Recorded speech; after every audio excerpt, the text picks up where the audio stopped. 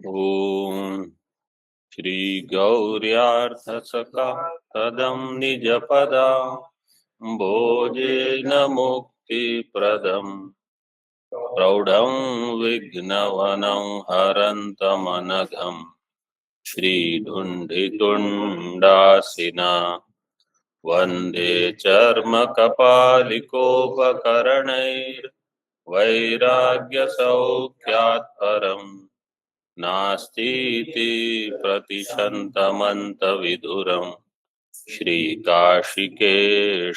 शिवम् शङ्करं शङ्कराचार्यं केशवं बादरायणं सूत्रभाष्यकृतौ वन्दे भगवन्तौ पुनः पुनः ईश्वरो गुरुरात्मेति मूर्तिभेदविभागिने व्योमवद्व्याप्तदेहाय दक्षिणामूर्तये नमः। ओम शांति शांति शांति। प्रथम सूत्र का सार्थक्य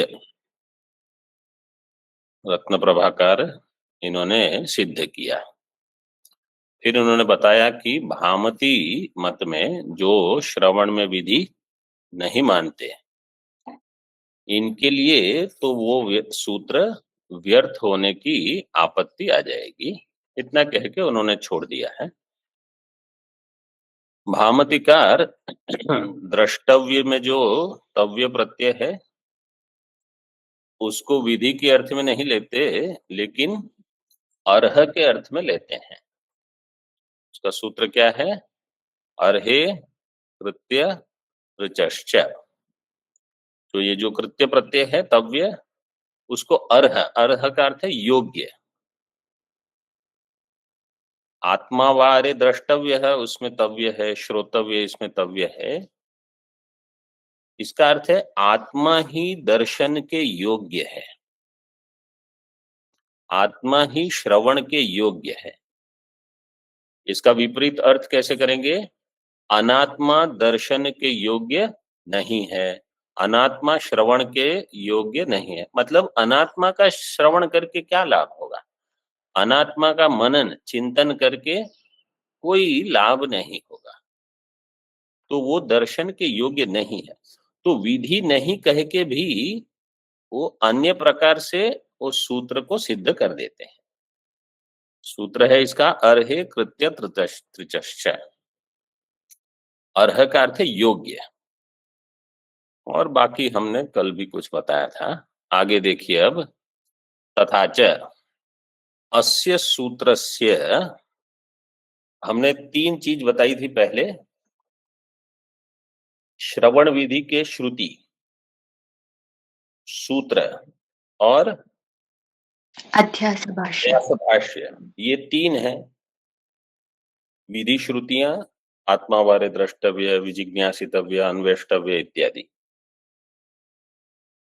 और प्रथम सूत्र अथा तो ब्रह्म जिज्ञासा और अध्यास भाष्य, इन तीन की संगति भी तो होनी चाहिए। वो संगतियां बताते हैं।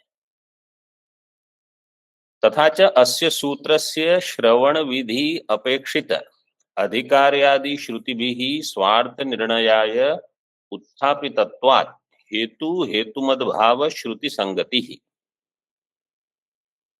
सूत्रस्य केवल छोटा वाक्य करना है तो सूत्रस्य श्रुतिभिः हेतु हेतुमद्भाव संगति, छोटा हो जाएगा वाक्य। सूत्र की श्रुति के साथ हेतु हेतुमद्भाव संगति हो जाएगी। सूत्र का अर्थ है अस्य सूत्र, मतलब ये प्रथम सूत्र। अभी हम प्रथम सूत्र में प्रवेश कर रहे हैं। अध्यास भाष्य आएगा उसके पहले, लेकिन ये पहले भूमिका कर रहे हैं उसकी। तो प्रथम सूत्र और श्रवण विधि की अपेक्षित जो अधिकारी आदि श्रुतियां जो हमने पहले देख ली, पूर्व पक्षी ने जो सब बताई थी, इनमें हेतु हेतुमत भाव संगति होगी। हेतु और हेतुमत, हेतुमत का अर्थ क्या होगा? फला। आपने क्या कहा? हेतु वाला, जो आपने क्या कहा, कार्य। कार्य ठीक। कारण।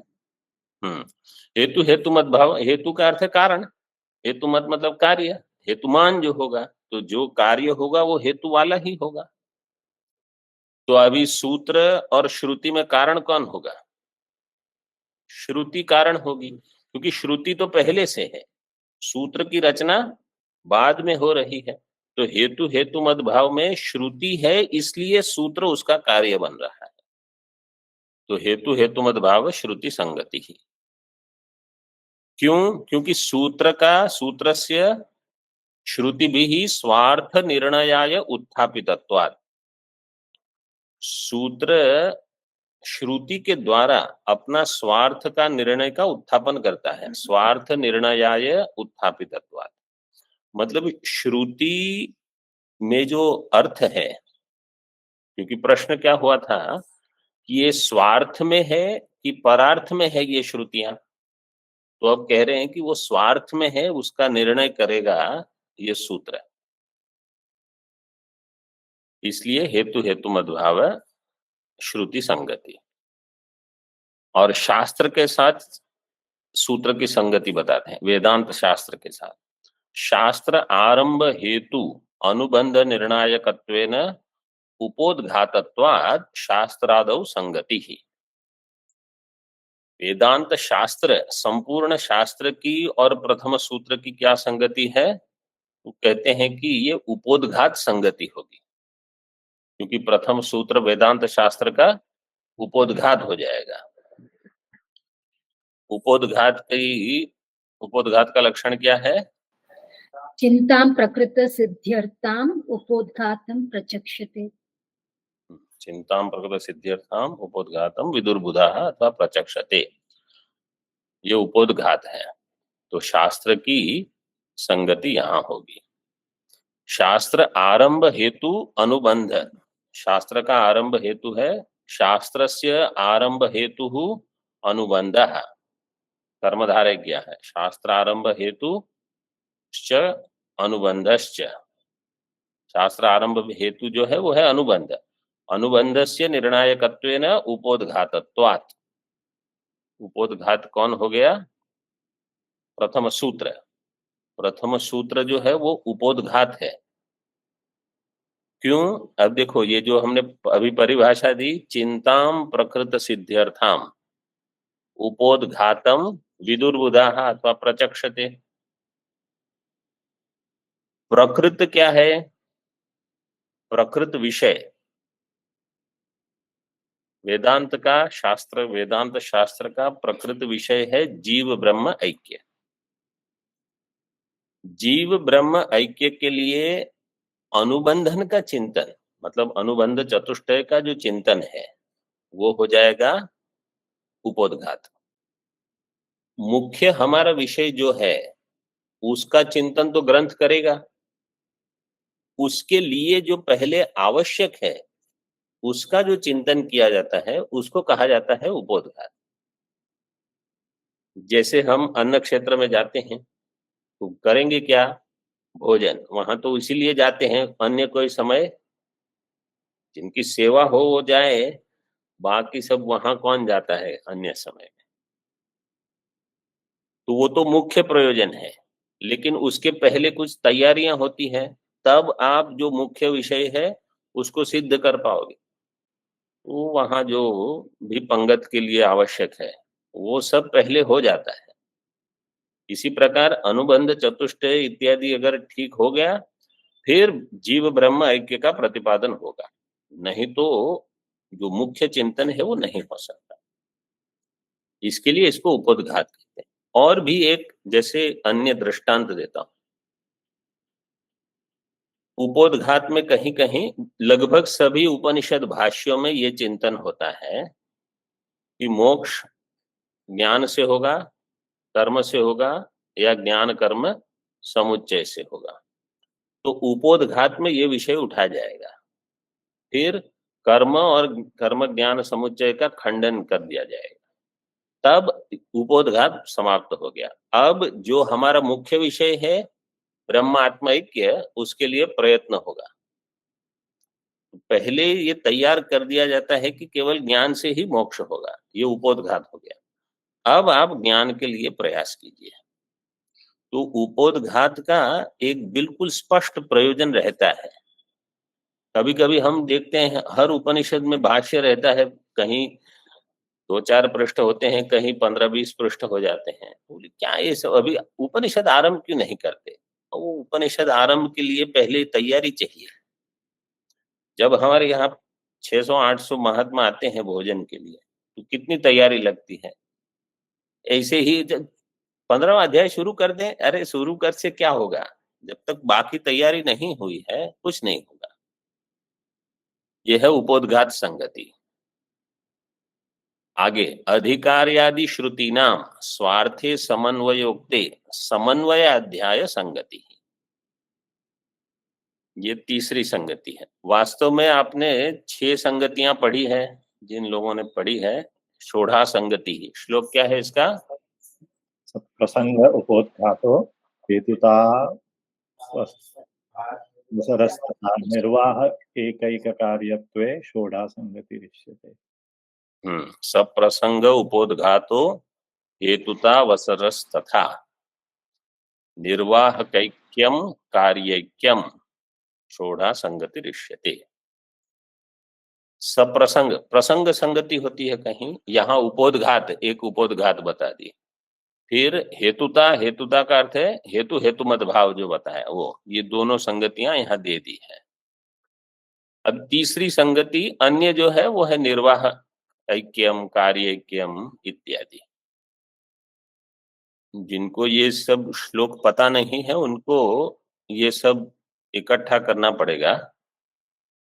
अधिकार्यादि श्रुति नाम स्वार्थे, अधिकार्यादि जो श्रुतियां हैं उनका स्वार्थ में समन्वय, समन्वयोक्ते है समन्वय अध्याय संगति। तो प्रथम अध्याय के साथ इन श्रुतियों की संगति बता रहे हैं। प्रथम अध्याय का नाम है समन्वय अध्याय। इसको समन्वय अध्याय क्यों कहा है? क्योंकि इसमें सारी श्रुतियों का समन्वय है। मतलब इतने सारे उपनिषद के मंत्र हैं, लेकिन वो सब मिला के केवल एक ही चीज बता रहे हैं। उनका एक ही विषय है, एक ही प्रयोजन है, ये है उनका समन्वय। तो कहीं हमको लगता है कि अरे कहीं कुछ उपासना बता रहे हैं, कहीं सृष्टि प्रकरण बता रहे हैं, 3 महाभूत, कहीं 5 महाभूत, कहीं कुछ जीवन मुक्त के बारे में बता रहे हैं। तो मुख्य उपनिषद क्या बता रहा है? एक ही चीज बता रहा है, यह है समन्वय। तो सबका समन्वय जो है अधिकार्यादि श्रुति नाम स्वार्थे समन्वय उक्ते है समन्वय अध्याय संगति है। अध्याय के साथ समन्वय श्रुतियों का वो बता दिया। ऐतदात्म्यम इदम सर्वम तत्सत्यम स आत्मा तत्वमसि, तत्सत्यम स आत्मा तत्वमसि इत्यादि श्रुतीनाम सर्वात्मत्वादि स्पष्ट ब्रह्मलिंगानां विषयादौ समन्वयोक्तेः पाद संगति। ब्रह्मसूत्र में 4 अध्याय हैं। प्रथम अध्याय का नाम है समन्वय अध्याय। अभी केवल उसी के ऊपर ध्यान देते हैं, आगे जो अविरोध साधन फल है उसको अभी रख दीजिए। समन्वय अध्याय में 4 पाद हैं, सभी अध्याय में 4 पाद रहेंगे। 4 अध्याय 4 पाद। जो बाद के आचार्य आए हैं, सभी आचार्यों ने जो बाद के प्रौढ़ ग्रंथ लिखे हैं उन्होंने 4 अध्याय में बांटे हैं। आप देखिए नैष्कर्म्य सिद्धि में 4 अध्याय है, संक्षेप शारीरक में 4 अध्याय है, अद्वैत सिद्धि चित सुखी खंडन सब में 4 अध्याय है। सभी आचार्यों ने जो मुख्य प्रयोजन ब्रह्मसूत्र का है उसी को ध्यान में रखते हुए अपने अध्यायों की रचना की। प्रक्रिया थोड़ी भिन्न है, होगी ही, क्योंकि उनके अधिकारी भिन्न है वैसे, लेकिन आचार्यों में भी एक ये समन्वय देख सकते हैं कि उन्होंने सभी ने ब्रह्म सूत्र को ध्यान में रखते हुए कि पहले समन्वय बताएंगे, फिर अविरोध बताएंगे कुछ हद तक, फिर साधन और फल, सभी आचार्यों ने ये किया है। यहाँ पाद भी है, हर एक अध्याय में 4-4 पाद है। इनमें इनका विभाजन जो किया है वो ऐसे ही नहीं किया है, इसको भी कुछ ध्यान में रखते हुए किया है। तो उसके बारे में कुछ कुछ बता रहे हैं इस पृष्ठ पर, और फिर आगे और भी कुछ बताएंगे। क्योंकि यहाँ क्या दिया है, इत्यादि श्रुति नाम सर्वात्मत्वादि स्पष्ट ब्रह्म लिंगानाम विषयादौ समन्वयोक्ते पाद संगति। स्पष्ट ब्रह्म लिंग वाक्य प्रथम अध्याय जो है उसका प्रथम पाद है, वो स्पष्ट ब्रह्म लिंग वाक्य का प्रतिपादन कर रहा है। मतलब उसमें ऐसे वाक्यों का विचार, ऐसे मंत्रों का विचार है जो स्पष्ट, बिल्कुल स्पष्ट रूप से ब्रह्म का ही लिंग बता रहे हैं। लिंग का अर्थ क्या है, लीनम अर्थम गमयति अर्थयति इति लिंग। तो वहां जो कुछ छिपा हुआ है उसी का जो प्रकाशन करता है वो है लिंग। जैसे वन्नी जो छिपी हुई है उसका प्रकाशन करेगा धूम, तो धूम हो जाएगा लिंग। और इसी प्रकार सूक्ष्म शरीर को भी लिंग कहा जाता है, लिंग शरीर। क्यों? क्योंकि जो आत्मा है उसका ये लिंग बनेगा। यहाँ आत्मा है कैसे पता चलेगा? क्योंकि सूक्ष्म शरीर में उसका प्रतिबिंब उपलब्ध हो जाएगा, इसलिए सूक्ष्म शरीर आत्मा का लिंग बनेगा। सूक्ष्म शरीर का नाम ही लिंग है, लेकिन वो लिंग किसका है? आत्मा का होगा वो लिंग। स्थूल शरीर के लिए तो लिंग चाहिए नहीं, वो तो प्रत्यक्ष ही है। तो प्रथम पाद जो है वहां स्पष्ट ब्रह्मलिंग वाक्य इनका विचार हुआ है और इनका समन्वय दिखाया गया है। जैसे यहाँ एक दृष्टांत दिया, सर्वात्मत्वादि इत्यादि श्रुति नाम सर्वात्मत्वादि स्पष्ट ब्रह्मलिंगानाम विषयादौ समन्वय उक्ते है पाद संगति है। तो यहाँ पाद संगति, प्रथम पाद के साथ भी संगति बताई है। एवं सर्वसूत्राणाम श्रुत्यर्थ निर्णायकत्वात् श्रुति संगति ही। और समस्त जितने सूत्र हैं इन सब का ये मुख्य प्रयोजन क्या है? श्रुति अर्थ निर्णायकत्व। समस्त सूत्र श्रुति के अर्थ का ही निर्णय करेंगे, और उसके लिए ये प्रथम सूत्र जो है उसके साथ श्रुति संगति बताई है। सर्वसूत्राणाम श्रुत्यर्थ निर्णायकत्वात् श्रुति संगति। मतलब नहीं तो यहां ऐसे ले लो, सारे सूत्र और श्रुति इनकी संगति है। क्यों? क्योंकि सूत्र है वो श्रुति के अर्थ के निर्णायक है, और समस्त सूत्रों की प्रथम सूत्र के साथ उपोद्घात संगति। ऐसे तो कहीं परंपरा से संगति होगी तो कहीं साक्षात संगति हो जाएगी। संगति की क्या आवश्यकता है? कोई अगर प्रश्न करेगा कि बिना संगति के ही आप बताते रहो एक के बाद एक। जैसे एक वाक्य बताया, प्रथम वाक्य के बाद द्वितीय वाक्य का कुछ संबंध होता है, फिर द्वितीय वाक्य का तृतीय के साथ संबंध होता है, तो एक विचारधारा बनती है। प्रथम वाक्य और द्वितीय वाक्य में कोई संबंध न हो, तो पर्वत में वन्नी है, बोले पेड़ पे तो कौवा बैठा है, तो आप सोचोगे कि इनकी बौद्धिक क्षमता क्या है? जो विचार चल रहा है उसमें ये कुछ और ही बोलते हैं। आप उनको कुछ प्रश्न करो, वो कुछ उत्तर देंगे। तो ये है असंगत वाक्य। तो संगति होने से हमको पता चलता है कि विचार एक दिशा में जा रहा है, कोई प्रयोजन की सिद्धि हो रही है यहाँ। इसलिए संगति बहुत ही आवश्यक है। मांडुक्य में भी देखिए 4 अध्याय हैं।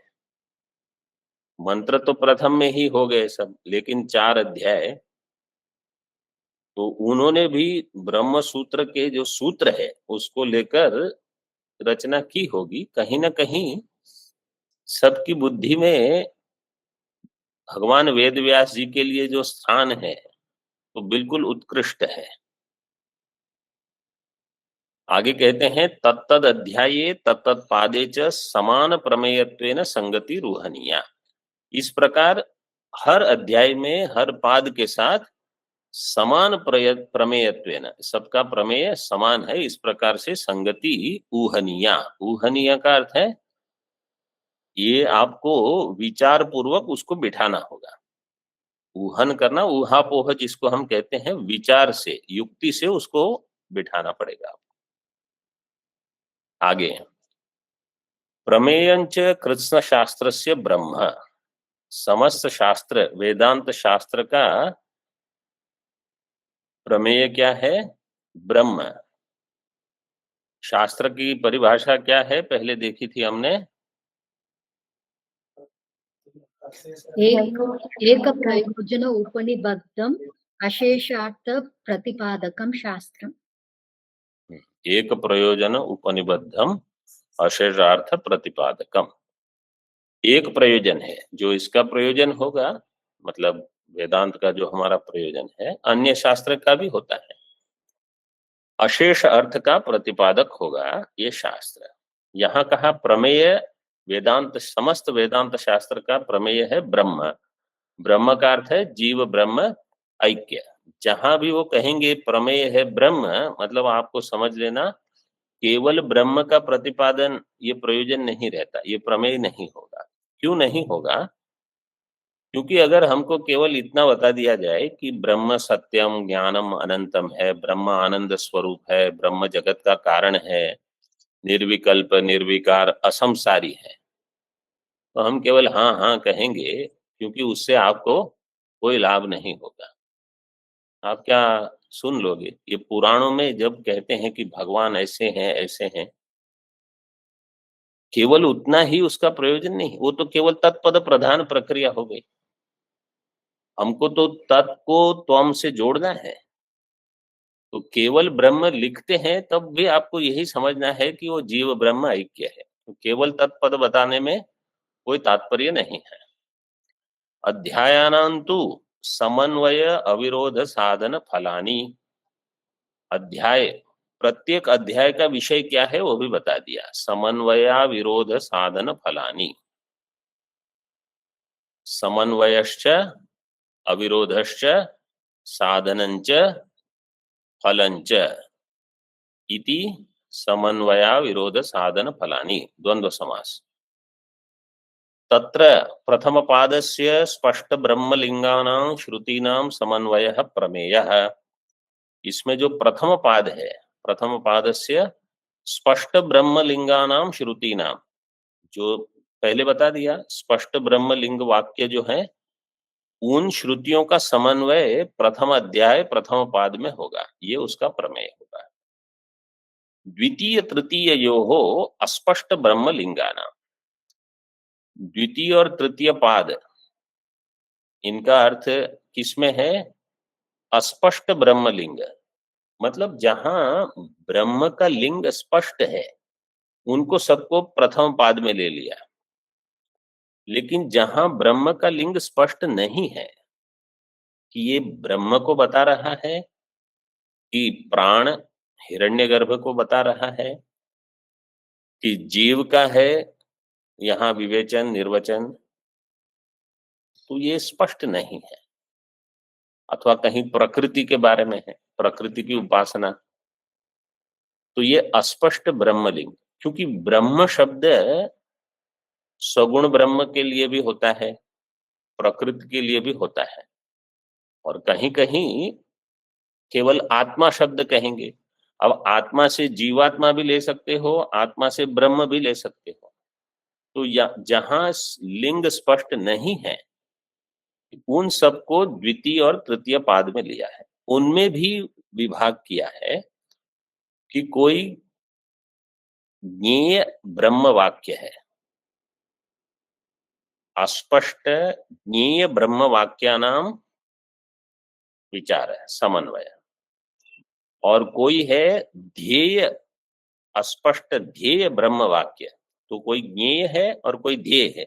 जहां ध्येय होगा वो उपासना का विषय होगा, जो ज्ञेय है वो ज्ञान का विषय होगा, वो भी विभाग किया है। और जब हम वहां आएंगे तब अधिक विचार करेंगे, क्योंकि कहीं कहीं ये भ्रांति हो जाती है कि ये उपासना का प्रकरण है कि ज्ञान का प्रकरण है। अगर उपासना का प्रकरण होगा तो वहां फल बाद में मिलेगा, कहीं गति होगी, लोक प्राप्ति होगी। और जो ज्ञान का विषय होगा वहां साक्षात फल यही हो जाएगा। तो ये भेद भी रहेगा। चतुर्थ पादस्य पदमात्र समन्वय इति भेदः। चतुर्थ पाद में वाक्य नहीं लिए जाएंगे, केवल पद लिए जाएंगे। ऐसे पद जिनका अर्थ इसमें विवाद है, संशय है।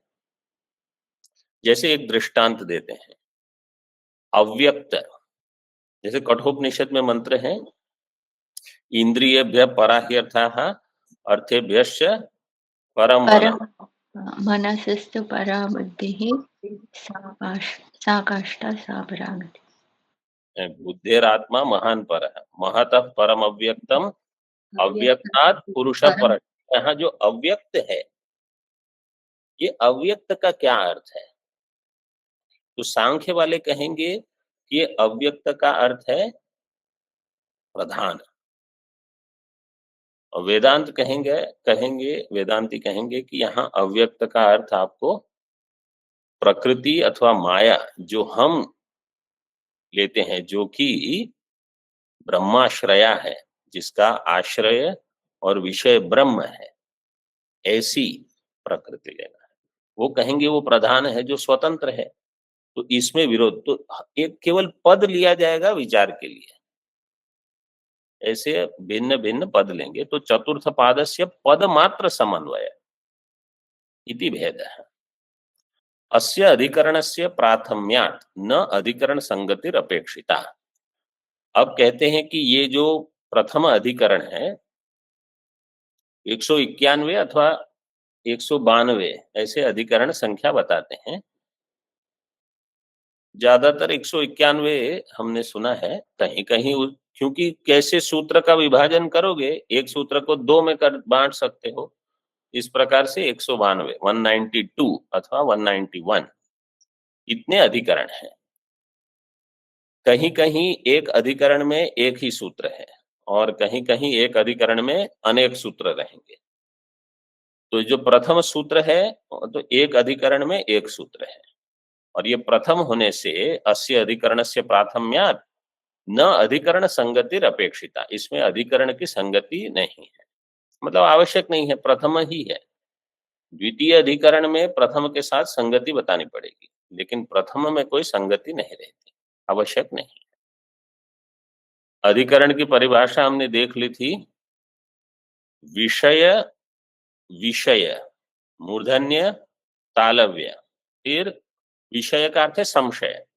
तो वहां संशय रहेगा। जैसे अभी अधिकरण की रचना कर रहे हैं, प्रथम सूत्र के जो अधिकरण है उसकी रचना करेंगे आचार्य टीकाकार। इसका विषय क्या होगा तो बताएंगे, इसका विषय है सारी श्रुतियां, कोई एक विशेष श्रुति नहीं, जितनी श्रुतियां हैं सब, खास करके जो श्रवण विधि की श्रुति है उसको लेकर, यह है विषय। इसमें संशय क्या है वो बताएंगे। इसमें पूर्व पक्ष कहेगा कि इसको ऐसे सोचना है, सिद्धांत पक्ष अपना मत देगा। पूर्व पक्ष तथोत्तरम, उत्तरम का अर्थ है सिद्धांत पक्ष। और संगतिश्य, उसमें संगति क्या है तो सारी संगतियां बता दी, मतलब अधिकरण की रचना हो रही है अभी, ये हर अधिकरण में बताए जाएंगे। इति पंचांगम शास्त्रे अधिकरणम स्मृतम। एक ग्रंथ है वैयासिक न्यायमाला। वैयासिक न्यायमाला में केवल यही किया है, हर अधिकरण मतलब समझो एक अधिकरण में 5-6 सूत्र है, तो केवल अधिकरण पे ही विचार, हर सूत्र को नहीं लेके। हर अधिकरण में विषय क्या है, विषय वाक्य, संशय क्या है, पूर्व पक्ष, सिद्धांत, संगति, आगे, बस केवल इतना। लेकिन संक्षेप में आपको ज्ञान हो जाएगा कि क्या है। लेकिन क्या है, वो पढ़ने के लिए पहले आपको पूरा ब्रह्म सूत्र पढ़ लो, फिर आप केवल उसको लेकर पढ़ सकते हो, नहीं तो कठिन होता है। इस प्रकार संगति का प्रकरण हो गया। अथ अधिकरणम आरच्यते, अभी अधिकरण की रचना करते हैं। श्रोतव्यः इति विहित श्रवणात्मकम वेदांत मीमांसा शास्त्रम विषयः। श्रोतव्यः, ये विहित श्रवणात्मकम, इसमें विधान है। आचार्य के मत में श्रोतव्य में विधि है, श्रवण विधि,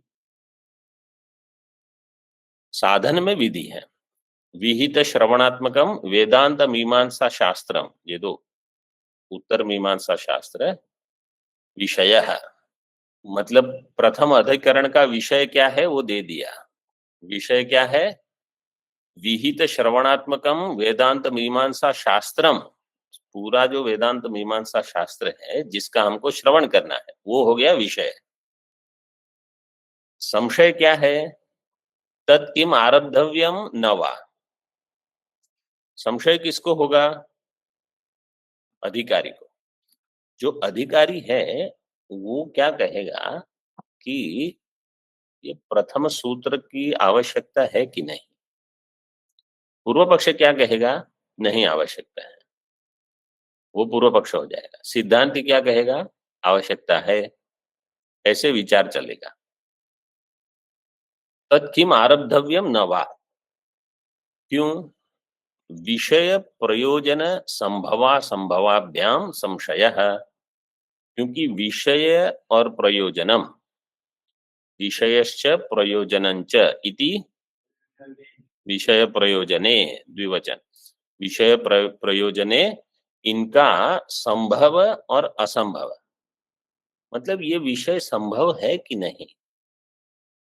आप कहते हो वेदांत शास्त्र का हमको चिंतन करना है, विचार करना है। विषय आपने बताया जीव ब्रह्म है, एक ऐक्य, मतलब मैं ब्रह्म हूं। मुझे तो कभी नहीं लगता मैं ब्रह्म हूं। ऐसा शास्त्र पढ़ के क्या होगा? यह है असंभव।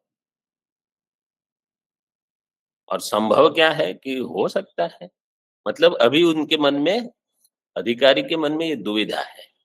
और प्रयोजन, केवल ज्ञान से ही मुक्ति हो जाएगी।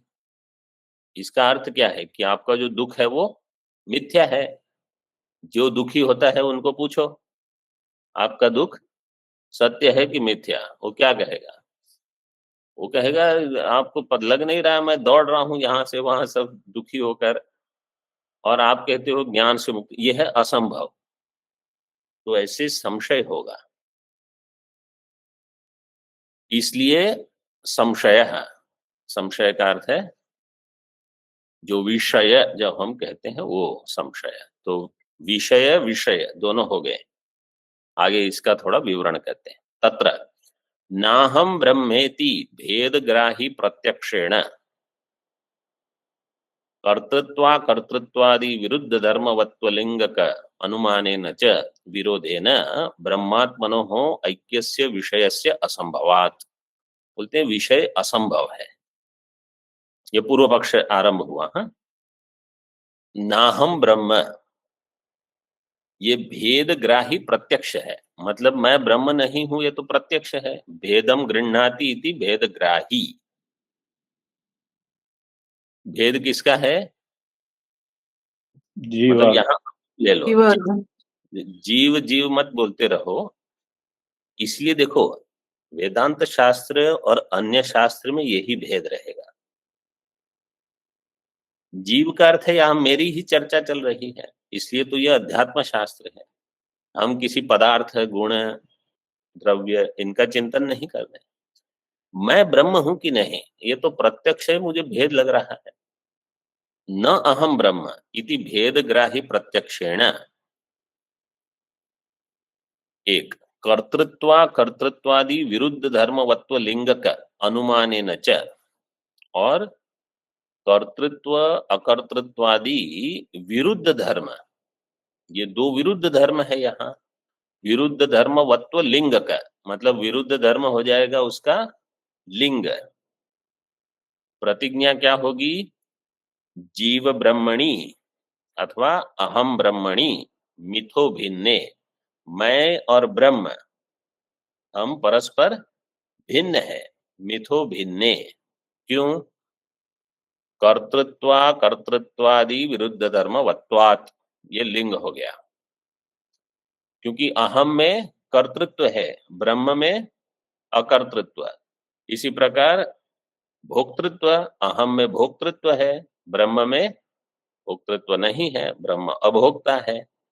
मैं विकारी हूं, परमात्मा अविकारी है। मैं परिच्छिन्न हूं, वो अपरिच्छिन्न है।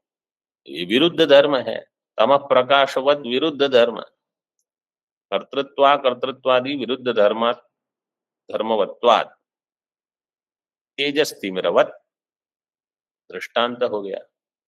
तो अनुमान, लिंग का अनुमाने न च विरोधेन, अनुमान के द्वारा विरोध होने से ब्रह्मात्मनो हो ऐक्यस्य विषयस्य असंभवात्, ब्रह्मात्मा का जो ऐक्य आपने विषय बताया ये असंभव है, ये नहीं होगा। एक और प्रयोजन भी नहीं है। सत्य संबंधस्य ज्ञानात् निवृत्ति रूप फला संभवात्, जो सत्य बंध है, सत्य बंधस्य, बंध जो सत्य लग रहा है, ज्ञान से उसकी निवृत्ति रूप फल है, ये पूर्व पक्ष कहेगा कहाँ संभव है? सत्य बंधस्य ज्ञानात् निवृत्ति रूप फला संभवात्, ये दोनों आपत्तियां बताई। विषय भी असंभव है, प्रयोजन भी असंभव है, इसलिए न आरंभणीयम शास्त्रम, वेदांत शास्त्र इसका अध्ययन नहीं करना है, अथवा प्रथम सूत्र की उसका आरंभ नहीं करना है। न आरंभणीयम इति प्राप्ते, ये हमेशा इस प्रकार से बताएंगे, इति प्राप्ते। तो आप समझो इति प्राप्ते तक होगा, मतलब लगभग उसका पूर्व पक्ष वहां तक चला है। कभी कभी बाद में भी पूर्व पक्ष आता है, लेकिन मुख्य ये हो गया। अब सिद्धांत मतलब उत्तर पक्ष। तो पहले संगति बता दी, विषय संशय पूर्व पक्ष हो गए, अब उत्तर पक्ष बता रहे हैं। अथा तो ब्रह्म जिज्ञासा इति, अब इसमें अथा तो ब्रह्म जिज्ञासा ये सूत्र आ गया। अत्र श्रवण विधि समानार्थत्वाय कर्तव्या इति पदम अध्याहर्तव्यम, इसमें श्रवण विधि समानार्थत्वाय, श्रवण विधि के साथ समान अर्थ करने के लिए, क्योंकि श्रवण विधि में विधान है, आत्मावारे द्रष्टव्य श्रोतव्य, तो वहां विधान है, इसलिए उसका समान अर्थ है। समान अर्थ का अर्थ है एक वाक्यता, उसके साथ एक वाक्यता बताने के लिए यहाँ कर्तव्य पद का अध्याहार करना पड़ेगा।